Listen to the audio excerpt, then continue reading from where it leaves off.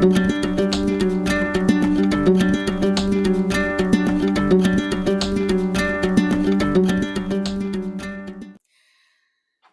my name is Jennifer Shlomovich, and I am a vegan confidence coach. I specialize in helping vegans eliminate people pleasing so they can confidently be themselves and navigate the challenges of having a lifestyle different from the people around them.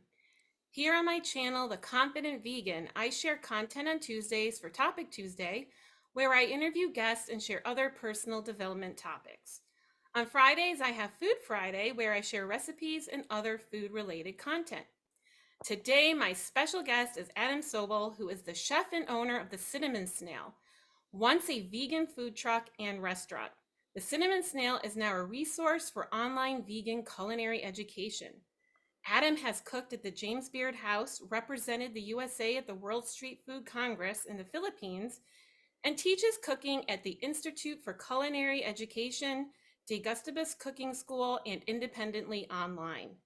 Adam has appeared on the Food Network, Cooking Channel, PBS, and several networks, and is the author of the popular cookbook Street Vegan.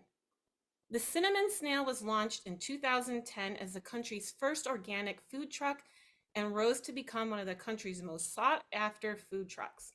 The Cinnamon Snail is nominated 5 years in a row for the Vendy Award, which has been called the Oscars of street food, and has won the Vendy Cup's People's Choice Maker's Mark Challenge and Vendy Hero Award for their outreach efforts serving free meals for months after Hurricane Sandy. In 2014, the Cinnamon Snail was the #1 highest rated place of any kind to eat in New York City, and the #4 highest place of any kind to eat in the entire USA on Yelp. For almost its entire run, the Cinnamon Snail has dominated Buzzfeed's top 10 list of best food trucks in the USA, and I can attest to that because I've had the food and it's amazing. Welcome, Adam. Hi. Thanks for having me on. Thanks It's for gonna joining be me. a Wild West Shlomovich hullabaloo today. Yes, let's have a Wild West Shlomovich hullabaloo. And I see you invited a sandwich lady to join us, so. Oh yeah, that's actually the main guest you have. Oh, okay. I'm just channeling her You're just essence. channeling the sandwich lady. That's what. All right, well, that should be very interesting. So, Adam, thanks for joining me today. And the first question I ask everybody is, what is your vegan story? Oh, my vegan story was I was like a real reluctant to the table vegan guy. When I was like a teenager, I was on this real like radical like I'm gonna just eat whatever out of the garbage can type of thing. Like I was really into like that dumpster diving and type of stuff like that. And I had fallen in love with this girl who was vegan, and she was like the first person I was really close with who was vegan. And I thought I really respected it. I thought it was cool, like from a, moral and ethical standpoint, but like personally, I felt like, oh, I could never like add more rules to my life. I'm like trying to be Mr. Rule Free over here. And because I liked this girl so much, she was like eating nothing but like French fries and canned soup and stuff. And I was like, man, I better learn how to cook yummy food so I can make delightful food for this girl to eat. And so I found myself like just, copying down recipes and trying to veganize them. And then I started working in restaurants just to become a little bit more skillful. And um, the first restaurant I was working at was not a vegan restaurant. And I kept on finding myself like people would come into the restaurant asking to like veganize a menu item or like hold the cheese or whatever. And the other cooks would kind of like groan about it. And I kept finding myself like um, kind of coming to the defense of those people, being like, oh, it's such a like nice thing though that they're trying to do. Don't give them like a hard time. And finally, one of the other cooks there was like, so, if you like believe in this so much, how come you're not vegan? And I was like, oh, yeah, kind of a good point. So I went vegetarian then, and then like a year or so later, me and that nice girl who I had fallen in love with had our first child. And on the day that my wife was giving birth, um, I had been thinking so much about how important nursing would be for our own child and how, just knowing the like physical and emotional and spiritual, benefits of that, I just felt so weird going on like interfering with that relationship for other creatures, by taking the milk for, that's really meant for calves and stuff like that. And so the day my daughter was born, which was almost 23 years ago now, was the day I went totally vegan. I had been like mostly vegan at that point anyway. I just hadn't really made the decision. And, in retrospect, like it's so funny that my original hang up was like that I didn't want to give myself some kind of rule. Because I mean, I don't have a rule about it any more than I don't have a rule against like going out and attacking and eating humans in the street. It's just not something I want to do, so I don't do it. It's not like any restriction on my freedom or something like that. I just know better now. Yeah, I became vegan 7 years ago, and it took me a couple of years to fully transition, partially because I was afraid of the judgment and the comments of other people, which is now why I'm doing the work that I do to help people navigate that, but also the rules. And actually, I became a better cook because I'm more it allows for more creativity. Like, I learned how to cook with all kinds of spices that and use fruits and vegetables and combinations I never thought of before. So I feel like going vegan ended up making me a better cook Yeah, instead of I all the I wrong think stuff. that's the case for a lot of people because you can go on your whole life eating like the same five dead animals or whatever, but once you learn how to cook vegan food, it just opens you up to this huge world of ingredients and cooking methods that you use to make plant-based food more exciting and fun. Absolutely. And your food is definitely not boring. And if anyone watching wants to check out amazing and exciting creative vegan recipes, definitely check out the Cinnamon Snail website, which I will include in the notes below. And so my next question is, what inspired you to create the Cinnamon Snail? So, I after having gone vegan when I did, I continued to work in restaurants. And once I was vegan, like I obviously like it becomes kind of like a war for your soul if you're vegan working in a restaurant serving non-vegan food. So pretty quickly, like I started only working in vegan restaurants. And at the time, which was, I don't know, 15 years, 20 years ago, you know, really the only people who ate at vegan restaurants were people who were already vegan. There was so much more of a stigma against vegan restaurants and vegan food then than there is now. Hmm. And I just started feeling like, man, this food is so awesome. And what could I do to bring this food like out onto the street where people who would never be caught dead at a vegan restaurant would see like this big long line down the block and this like display case of really yummy looking pastries tempting them towards the dark side and everything. And so yeah, for a few years I had this like idea of starting a vegan food truck. At the time there wasn't one like anywhere in the country. It was kind of before the big like food truck trend blew up. And but because of that, there were like no resources to learn, how to get a business like that started. Like the permit process can be really complicated as it is in New York City. And Everything's yeah, complicated in New York City. everything is complicated for sure. So it took me like a few years to like really figure it out. And then, we were like doing a stand at our local farmers market, which helped my wife and I save up enough money to buy like the absolutely most beat up food truck on all of Craigslist and slowly like upgrade it and modify it into the beautiful food truck it became. So yeah, that was kind of like like my inspiration for doing that was really, based on wanting to do sort of like vegan outreach.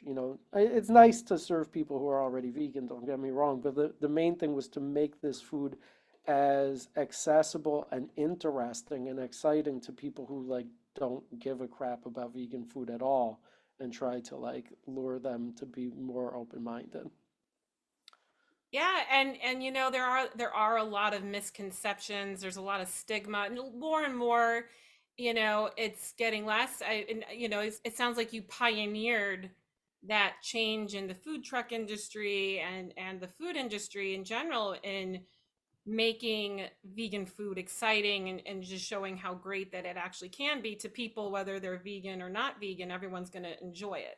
Yeah, I mean that look, there's still a lot of vegan places that kind of like play into the stereotype that non-vegans think vegan food is like. And to me, that like works the opposite way. Like it backs up people's idea that vegan food is like really bland or like really like everything's sweetened with raisin juice and it's like everything's very dry and sucks and stuff. And so, I mean, I continue to feel like there's work to be done if we want to get like the mainstream culture to move towards nonviolence. It's like an important field of activism for us to do.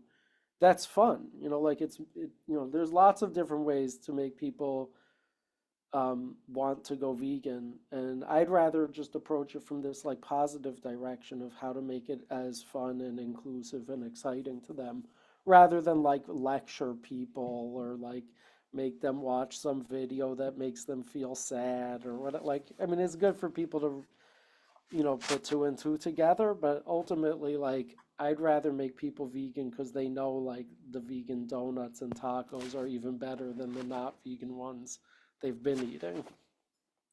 Yeah, absolutely. Planting seeds is so much more impactful, I think, when you share uh I've had non-vegans who've watched my channel. Last week I posted an interview with a vegan nutritionist and we were talking about gut health and microbiome, and I had people reaching out to me, non-vegan, asking me questions about reducing some of the animal products to help, it helped people become aware just by sharing information, not doing a lecture, just sharing information. And the same thing with the recipes that I share. And it's so much better when people, walk into something, finding it, on their own or connecting to it in their own way instead of in a way where it's being like forced upon them or guilted upon them. Which makes me I want to ask the next question, which is, what are some of the challenges of being a vegan? We touched on some of that. I know you're also a parent, so you've done parenting as a vegan. So what are some of the challenges that you've gone through over the years, and how have you dealt with them? I'll be honest, like maybe, and I don't want to say this to like diminish anybody else's problems, but I don't have any problems about being vegan. To me, it's like really pleasant and, like it feels so liberating to feel like your accomplishments in life are not, being made possible through any suffering that anyone else has to endure. So in that way, it's really not been difficult.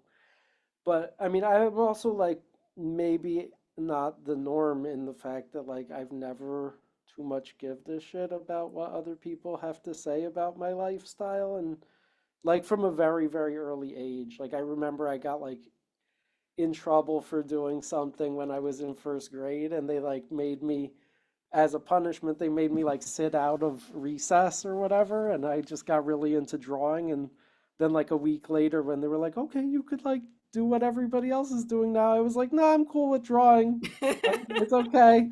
And like it like kind of from an early age, some experiences like that sort of made me like not really too concerned with like anybody else's judgment of my character or my actions and stuff. And so because of that, it's been really, very easy and nice. Like there's plenty of people in my orbit who probably don't like the way I live or eat or whatever, but that's so stupid. Like, And whatever. only you're living your life, then they can live their lives, right? Yeah, yeah, like it's not really a big deal. And I mean, similarly, like as parents, we've also had it easy in the capacity that we homeschooled our kids. Hmm.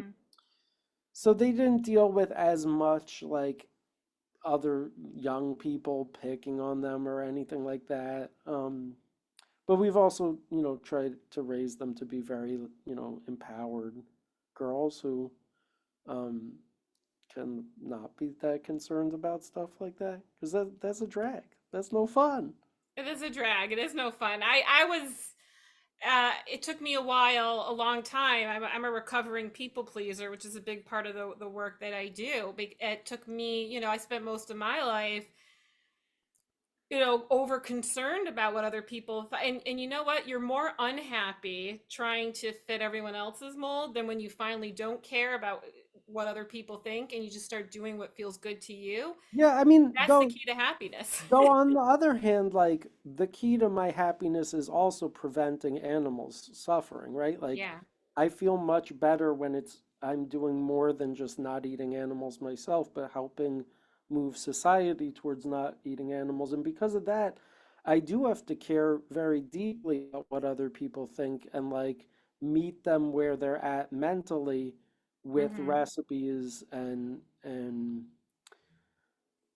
presenting food that can actually really like turn them on to vegan food, Like, so I don't really care if they like think I'm dumb because I don't eat animals. I'm more concerned with like, how do I make this person so psyched about eating this vegan donut so that like next week they eat a tofu sandwich and like by week 5 they like figure out what's going on and stop eating animals or whatever. When you were in Penn Station at the Pennsy, whenever we would go into the city, when I would go with my husband for like an event on Broadway or something, maybe in the city, I'd always drag him over because I had to get the Cookie Monster donut that you had with the frosting and the cookies in there. I had like an Yeah, addiction to that donut. yeah. So, um, yeah. So, what would be some tips then for people who are feeling challenged being a vegan, like especially around social settings and the holidays? Like, what are some tips that you would have for people navigating those types of challenges? Like one thing that I mean, look, the low-hanging fruit is just like show up to those gatherings with a vegan option that blows the not vegan option out of the water, right? Like Yeah. that's the low-hanging fruit. And it's not just like recipes I share. There's like a whole universe now of great vegan cooking resources people can tap into for that. And people should feel like empowered about that. But I mean, the other thing is I don't know, man. Like, I look, I love people so sincerely. I really do. But I also like don't get where people are coming from at all that much in our world. Like, nothing made me feel that way more than the pandemic. Mm-hmm. Feeling like, man, like I love all these people in my life, but like half of them are really in support of like one different political ideology and half are in support of this other one. And like I'm pretty like anarchist minded at my core. Like I kind of don't really get what makes people so pumped on some of these issues that they get like real bent out of shape about.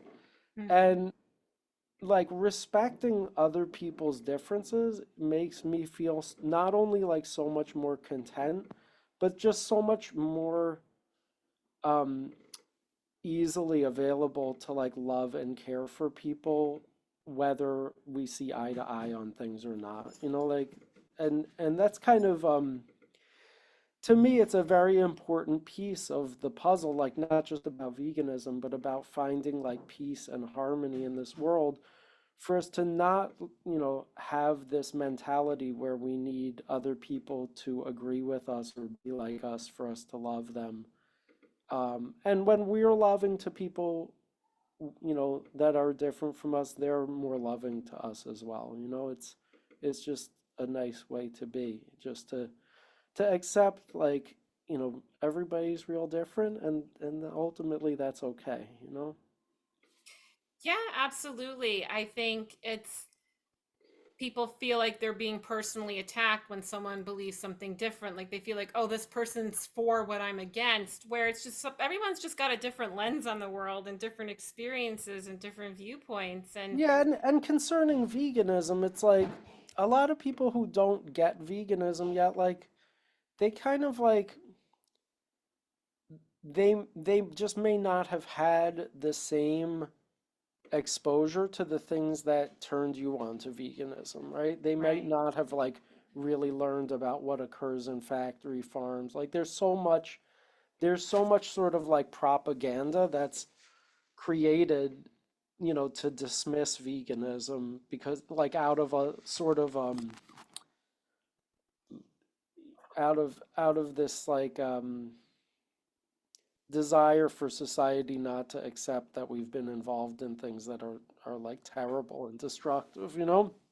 Yeah. And it's very deep seated. Like people just like without really thinking too much about it have kind of um accepted these like ideas, and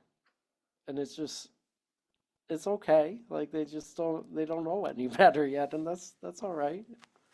Yeah, it's a common theme that has come up with other guests on my channel is the disassociation where we, especially if you grow up eating meat, you just, we buy it from the grocery store, like we know what it is, but we're not seeing the process of how it became in that neat little package. And so um when you start watching those documentaries or just even really just start thinking about it more, like for me, it started off with noticing I was sensitive to dairy and going on an experiment to see how it would feel giving up dairy for 30 days. And then I was like Googling recipes and finding all these dairy free recipes, which happened to be vegan recipes, a lot of them. And then I was like, oh, this food looks exciting. Like I was all over Pinterest finding all these great recipes. And then it went from just doing things to improve my health to then watching some documentaries and then really thinking about it, and there was something on a soul level for me that was like nudging me, and I was fighting with it for a bit because again I was afraid of how people would judge me and my family wouldn't want to become vegan, and and so I had to find a way to do what was right for me while everyone else did what was right for them. Yeah. I you know I'm really I work in the world like thinking as much about how I can get people to ultimately stop eating animals. And I don't think it's like a matter of just what's right for them, because if what's right for them in their mind is like killing some other living creature, it's Yeah. not really right. And I don't want to like just sit back and accept that, but I do want to like um recognize where they're coming from so I can help them get a little bit further towards nonviolence in some way, right? And Yeah. and when we like shut people down or kind of like group them together as being like some evil people because they're not yet vegan, it doesn't really allow for us to do that, work to help them get there. Right, it's like you said before, it's about meeting people where they're at. And a great place to start is food. Hmm. When I've met friends in the city, like I live near New York City. I was living there for a while. And I'd meet up with friends, and there's a lot of vegan restaurants in New York City. So people were willing to try it, and they were shocked a lot of the time that the food was vegan, especially desserts. Vegan Hmm. desserts always seems to be a great way. If you want to help impress somebody about how great Gateway vegan food is, drug. just start with dessert. But yeah, that's it's like a different way of being an activist. It's doing it in a way that's going to reach people where they're more receptive instead of doing it in a way where they're feeling like cornered into Yeah. it. Yeah, so what about some other tips for just do you have any other tips on just navigating social challenges or being more prepared for? Um, no, I mean just like kind of what I was saying at first, like being real outgoing with sharing vegan food that is awesome. Yeah. And that's like the asterisk is that it really has to be awesome. Like you should if it sucks or if it's like gonna be this like really cliche like chickpea tuna salad type of experience, like maybe don't share that with like somebody who's not already pretty open-minded about vegan food. Like think about what's gonna be like, whoa, that like chocolate ganache stuffed croissant thing you made looks gorgeous and like, oh, it that's vegan? Oh, okay. Like, Right. it has to really be really excellent for it to have, a positive impact. Yeah. Otherwise, it can kind of like have the opposite effect where it sort of reinforces people's idea that vegan food is like kind of lame. Yeah, I enjoy a good chickpea salad sandwich, but it's Yeah, definitely not me it's not too. it's not Don't get it's me not the wrong. gateway it's not the gateway to impressing someone over. Yeah, like perhaps like some real raw foodsy thing, made with a ton of nutritional yeast or whatever. Like it might be fun for you or I, but it's probably not what's gonna get your like meat eating uncle, to stop eating animals anytime soon. Yeah, absolutely.